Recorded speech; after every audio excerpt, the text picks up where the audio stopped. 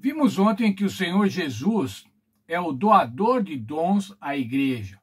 O Senhor Jesus exaltado. Temos algumas promessas do Senhor Jesus nesse sentido. João 16, 7. Todavia digo-vos a verdade, convém que eu vá, porque se eu não for, o Consolador não virá para vós, mas se eu for, eu o enviarei. O Senhor Jesus estava falando para os discípulos, eu preciso voltar ao céu. Eu preciso voltar ao céu para poder mandar o Consolador, mandar o Espírito Santo. Se eu não voltar ao céu, eu não posso mandar o Espírito Santo. Ainda João 16, verso 13. No mesmo discurso, o Senhor Jesus falando para os discípulos, o Espírito da verdade vos guiará em toda a verdade. Portanto, o Espírito Santo que seria enviado do céu para a terra pelo Senhor Jesus tinha uma missão: ensinar toda a verdade, guiar a toda a verdade. Vimos ontem também o texto de Salmo 68, 35. Ó Deus, tu és tremendo no teu santuário. O Senhor Deus de Israel dá força e poder ao seu povo. Bendito seja Deus. O Senhor Jesus Cristo, no santuário celestial, entronizado no trono celestial, tem poder, dá força, dá poder.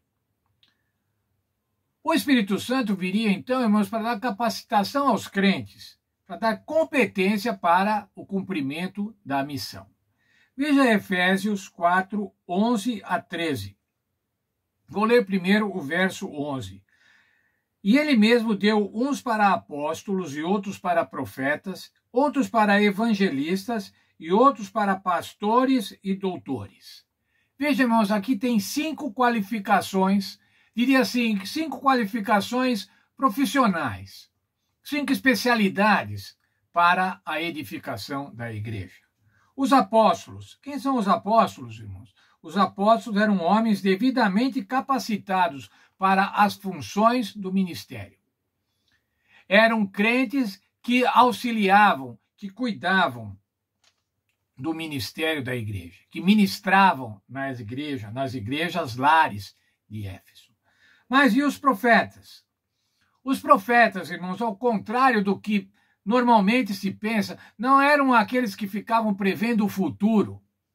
Se bem que ainda algumas vezes eles faziam isso, mas a principal função dos profetas era expor e explicar a vontade de Deus. A vontade de Deus que lhes havia sido dada a conhecer por meios sobrenaturais, pela revelação e pela inspiração. Veja, por favor, o texto de 2 Pedro 1:27, falando sobre os profetas.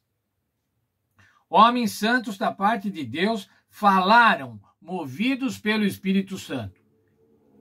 Esses eram os profetas, eram movidos pelo Espírito Santo e eles então falavam, instruíam o povo.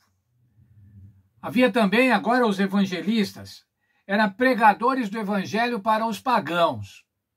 Eram aqueles que saíam fora das igrejas e agora iam pregar o evangelho, onde ainda não havia crentes, onde havia pouquíssimos crentes no Senhor Jesus Cristo. Esses eram os evangelistas. Eles davam seu testemunho em diferentes lugares. E depois pastores e doutores, ou mestres, como diz outra tradução. Eles cuidavam das congregações cristãs. E veja o conselho do Senhor Jesus a Pedro, com relação a ser pastor ou a ser mestre. Apacenta as minhas ovelhas. O que fazem os pastores de ovelhas, irmãos? Eles cuidam do rebanho. Eles apacentam, eles cuidam das ovelhas. Eles levam as ovelhas para o alimento, eles protegem as ovelhas dos perigos. Eles levam as ovelhas para abrigos. É isso que os pastores e mestres, pastores e doutores fariam para a igreja, para os membros da igreja. Mas para que precisa essa gente, irmãos? Para que precisa essas 5 qualificações profissionais, diríamos assim, essas especialidades? Veja o verso 12. Tendo em vista o aperfeiçoamento dos santos para o desempenho do ministério, para a edificação do corpo de Cristo. E o verso 13, irmãos, para que todos cheguemos à unidade da fé e do pleno conhecimento do Filho de Deus, a perfeita varonilidade, à medida da estatura da plenitude de Cristo. Esses homens, irmãos, a quem é dado pelo Espírito Santo essas qualificações, devem empregá-las para quê? Para produzir uma igreja unida, para sermos um na fé e no conhecimento de Cristo. Esses homens faziam isso na igreja cristã nascente, nas igrejas lares, e hoje devem fazê-lo nas igrejas, nas nossas igrejas dos diversos locais. Não mais igrejas dos lares, mas igrejas, um edifício especial onde nos reunimos. Mas dentre esses, irmãos, tem os profetas.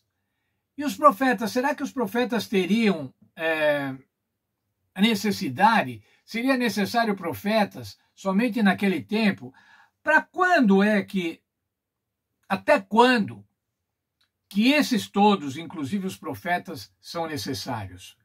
Até que cheguemos à unidade da fé e pleno conhecimento do Filho de Deus. Até que sejamos perfeitamente maduros, varonis, como diz, perfeita varonilidade, a estatura e plenitude de Cristo.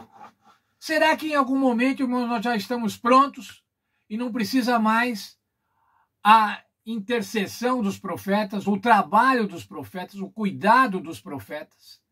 Certamente não, irmãos. Os profetas sempre serão necessários. E nós, adventistas do sétimo dia, temos como uma das nossas doutrinas o dom de profecia moderno, manifestado em Ellen White, em meados do século XIX, início do século XX. Nós cremos, irmãos, que os profetas são sempre necessários e que o Senhor e que o Espírito Santo inspirou profetas no passado, assim como inspirou profetas nos últimos tempos, na atividade profética de Ellen White. Mas o que mostra aqui, irmãos, é que o Espírito Santo capacita as pessoas. O Espírito Santo dá os dons necessários. E tem uma frase, irmãos, que eu não me esqueço. O Senhor não escolhe os capacitados, mas Ele capacita os escolhidos.